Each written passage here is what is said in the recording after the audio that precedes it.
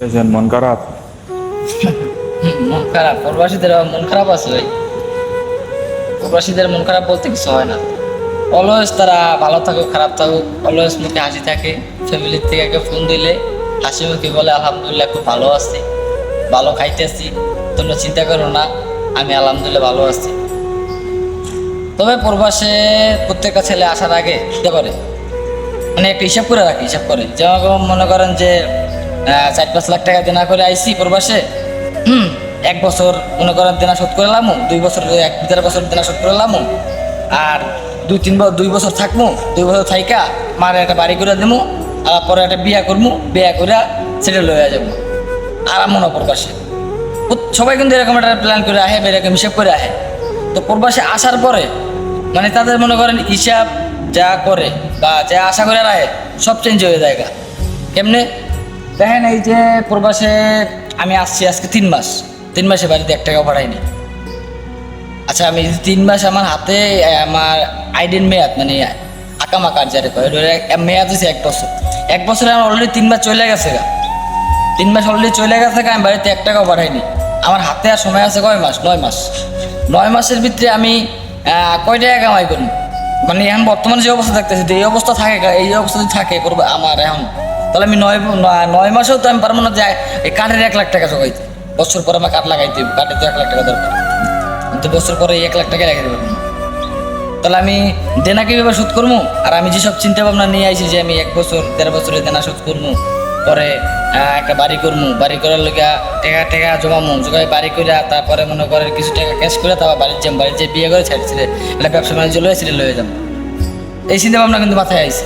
তো এই চিন্তা ভাবনা পুরো চেঞ্জ হয়ে গেছে। কারণ বর্তমানে যে অবস্থা দেখতেছি ভাই, মনে হয় না 5 বছরও আমি বাড়ি যেতে পারবো। এই 5 বছরও মনে হয় না আমি দেনা শোধ করে বাড়ি যেতে পারবো। কি করুন ভাই?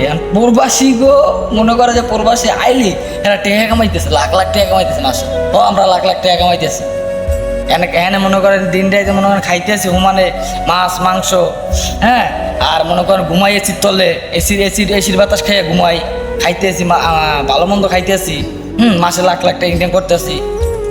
ফ্যামিলি ফোন দেন, প্রত্যেকটা ফ্যামিলিতে ফোন দেন, যারা প্রবাসে নতুন আইছে ফ্যামিলিতে ফোন দেন, জিজ্ঞান এরা ফ্যামিলিতে কীরকম টাকা পাঠায়, কীরকমে আছে, হ্যাঁ আপনার জিজ্ঞান। প্রবাসী মনে করে যে টাকার মেশিন, প্রবাসী গেলি হে টাকা কামাইতেছে, লাখ লাখ টাকা কামাইতেছে, এইসব চিন্তা ভাবনা বাদ দেন। প্রত্যেকটা প্রবাসীরে জিজ্ঞেস করে দেখেন, ফোন দিয়ে জিজ্ঞেস করে দেখেন যারা রাত্রে ঘুমাই কীভাবে, আদৌ ভাই ঘুমায় নিচে। আমি সকাল 5টা বাজে আহি ভাই ঘুমের থেকে, ফজরের নামাজটা পড়ে চোখ লাগাইতে পারি না ভাই, ফজরের নামাজ পড়ে চোখ লাগাইতে পারি না, চোখে ঘুমায় না, ফ্যামিলির চিন্তায় দেনা করে এসছি, এই দেনার চিন্তায় ঘুমায় না চোখে ভাই। 5টা বাজে আহি, বেলা 10টা বাজে যাই, আবার মনে করেন দুপুরে কিছু খাই, দুপুরে খাওয়াটা খাই, আবার নামে বাইরে এসির বাতাস খাওয়াই না শরীরে। এখন তো আর এসির বাতাস খাওয়াইতে আই নাই বিদেশে, টাকা কামাইতে করতে আইসি। কাজ যদি না মিলে, কাজ যদি না পাই, কি করবো? কোনো মানে রাত্রে ঘুমাইতে পারি না, আবার সকালবেলা যে চোখ মেলে সকালবেলা দিনে একটু ঘুমাইতে পারি না, কাজের চিন্তা যে কাজ মিলে বা মার্কেটে আই একটা কামের আসা, যে একটা টান দিয়া নেয়, কাজ যদি পাই, বাড়ি যদি 200-500 টাকা বাড়াইতে পারি, হ্যাঁ, যদি মনে করেন সংসারটা তো চালাতে পারবো, সংসারে তো মার কিছু হেল্প করি, ওইটাও কিন্তু এখন পর্যন্ত পারতেছি না। তো প্রবাসী ওই টাকার মেশিন মনে করেন না, প্রবাসীকে ফোন দিয়ে জিজ্ঞাসা করেন যে প্রবাসীরা আছে কেমন, খায় কেমন, হ্যাঁ, ওই যে মনে করেন যে এসির বাতাস, এসির তলে আসোস, এসির তলে ঘুমাস, হ্যাঁ, তো এসির তলে ঘুমায়, ইতিহাসটা খুঁজেন তারা কেমন আছে।